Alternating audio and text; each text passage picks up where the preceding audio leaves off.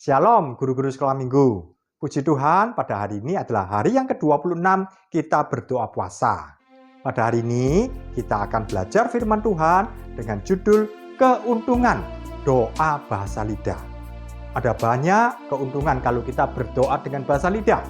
Tapi pada hari ini kita belajar ada 3 keuntungan kalau kita berdoa dengan bahasa lidah. Yang pertama adalah tidak dibatasi kata-kata manusia.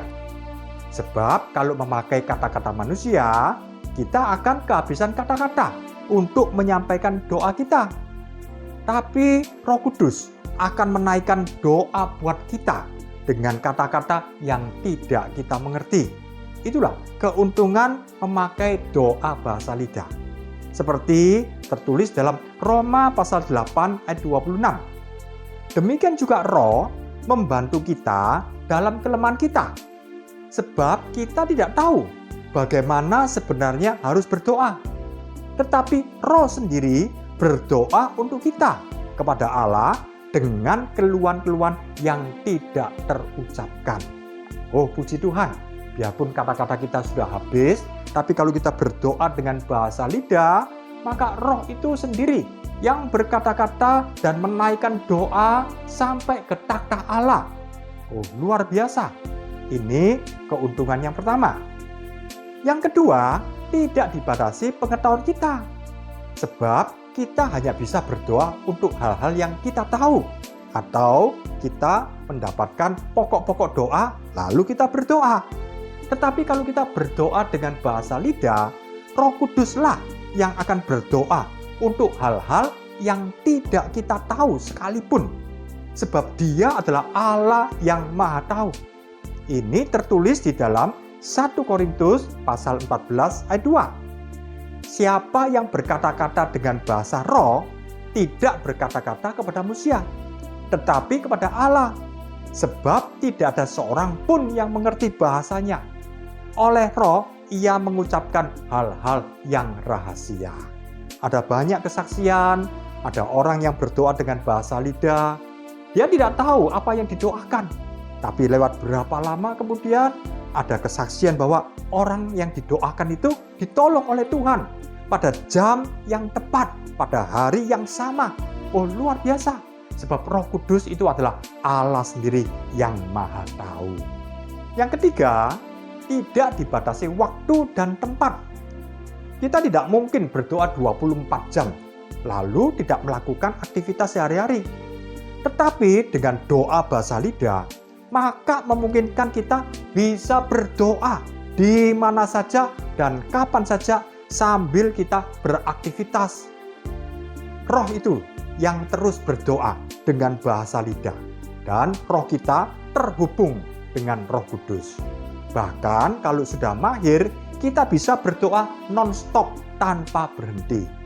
Seperti ayatnya dalam 1 Tesalonika pasal 5 ayat 17.